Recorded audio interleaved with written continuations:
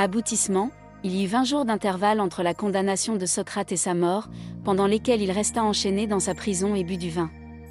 Il reçut dans sa cellule son ami d'enfance Criton, et leur dialogue, dans lequel ce dernier tente de convaincre Socrate de fuir la prison, est retranscrit dans le Criton de Platon. Les dernières paroles de Socrate, et sa mort, sont retranscrites, elles, dans le Phédon, la mort dans l'apologie de Socrate. Il vaut mieux subir une injustice que la pratiquer, l'injustice dans ce dialogue est la condamnation, mais Socrate considère comme dans le Phédon que ses accusateurs ont le pouvoir de le tuer, mais pas de lui. Causer du tort. Celui qui commet l'injustice souille son âme, et celui qui a subi l'injustice ne subit pas de tort à l'âme. Lorsque Socrate parle de mort, il s'agit de mort non pas physique, mais moralement consentie. Platon n'incite pas à la mort physique. Postérité, conséquence de la mort de Socrate à Athènes. La mort de Socrate semble n'avoir eu que peu d'écho parmi ses contemporains. Elle est principalement connue par les ouvrages de ses deux disciples les plus célèbres, Platon et Xénophon, mais on n'en trouve aucune mention dans les pièces d'Aristophane postérieures à 399.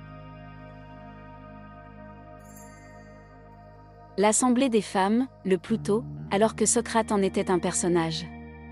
Il en va de même dans les discours de Lysia, qui avait pourtant fréquenté Socrate, et de ceux d'Andocide et d'Isocrate.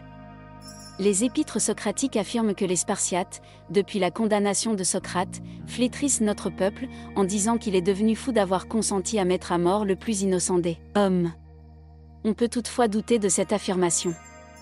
Il en va de même pour ce que rapporte Diogène Laërce, selon lequel le repentir suivit de près chez les Athéniens. On ferma les jeux et les gymnases, les ennemis de Socrate furent exilés, et Méléto en particulier fut condamné à mort. On éleva à la mémoire de Socrate une statue d'airain, œuvre de Lysippe, qui fut placée dans le Pompéium. Quant à Énito, les habitants d'Héraclée le proscrivirent le jour même où il était entré dans leur ville. De fait, il semble que ce soit essentiellement pour les intellectuels, partisans ou adversaires de Socrate, que l'événement ait eu de l'importance. C'est ainsi que vers 393, le sophiste Polycrate d'Athènes fait paraître un pamphlet contre Socrate, donnant la prétendue transcription du discours d'accusation et lui reprochant d'avoir été le maître de Critia et Alcibiade, adversaires de la démocratie, pamphlet qui a donné naissance à une abondante littérature des disciples de Socrate, les dialogues socratiques, Logoi Socraticois. Plutarque écrit qu'après avoir laissé condamner Socrate à mort, les Athéniens s'en voulurent et se prirent de haine pour ces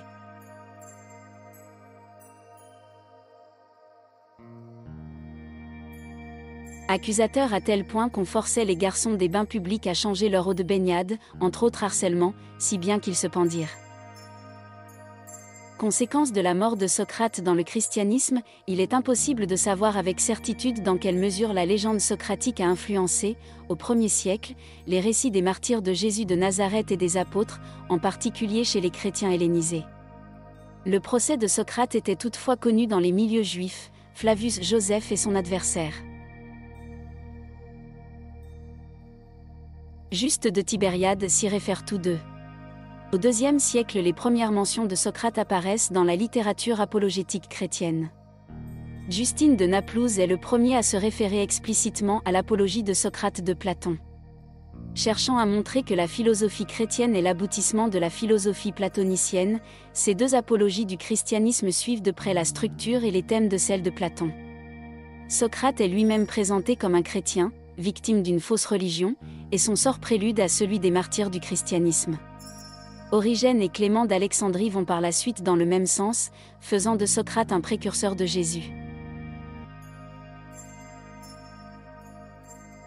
Toutefois, le caractère divin attribué à Jésus entraîne un hiatus à partir du IIIe siècle dans l'assimilation de Socrate à Jésus, plus encore avec l'apparition d'une littérature chrétienne en langue latine, moins dépendante de la tradition grecque. Tertullien condamne ainsi Socrate, pour mieux l'opposer aux martyrs chrétiens, tout comme Minucius Félix dans son Octavius en œuvre qui reprend la forme des dialogues platoniciens, à partir des temps modernes. La figure de Socrate est connue tout autant à travers la littérature grecque qu'à travers les premiers écrivains de l'Église. Le parallèle avec Jésus se poursuit ainsi chez les érudits, comme en témoigne par exemple le Socrate du père Festugière, 1934. Chez les philosophes, il se retrouve chez Hegel, Kierkegaard, Marx ou Nietzsche. En littérature encore, chez Rousseau, la profession de foi du vicaire savoyard, si la vie et la mort de Socrate sont d'un sage, la vie et la mort de Jésus sont d'un Dieu, et les romantiques, conséquence de la mort de Socrate sur la philosophie politique occidentale, la mort de Socrate est devenue avec le temps un symbole dans la philosophie politique occidentale. Platon et Xénophon ont immédiatement fait de la mort de leur maître un symbole de l'injustice due à l'ignorance populaire. Ils critiquent ainsi la démocratie. Cette image connaît une fortune certaine, depuis Cicéron ou Marc Aurèle jusqu'à Nietzsche. Cicéron fait de l'acceptation de la mort de Socrate un témoignage puissant de l'adhésion de Socrate à sa propre doctrine, selon laquelle l'âme étant immortelle, la mort n'est autre chose qu'une séparation, qu'une désunion des parties.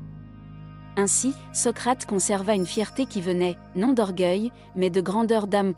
À partir de la Renaissance, alors que se développe une pensée critique qui vaut à certains, comme Giordano Bruno, d'être condamnés à mort, Socrate devient une figure de victime de l'intolérance, surtout religieuse, et l'on redécouvre dans le même temps un Socrate philosophe, chez Rabelais, Montaigne ou Erasme.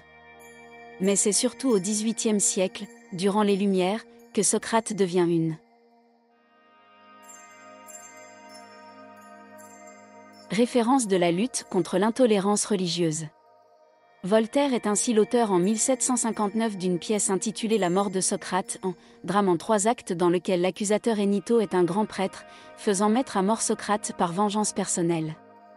4 autres tragédies sur le même sujet datent du XVIIIe siècle, dont celle de Billardon de Sauvigny en 1763. Le rapprochement entre la condamnation de Socrate et l'injustice et l'arbitraire politique a été également réalisé par Denis Diderot.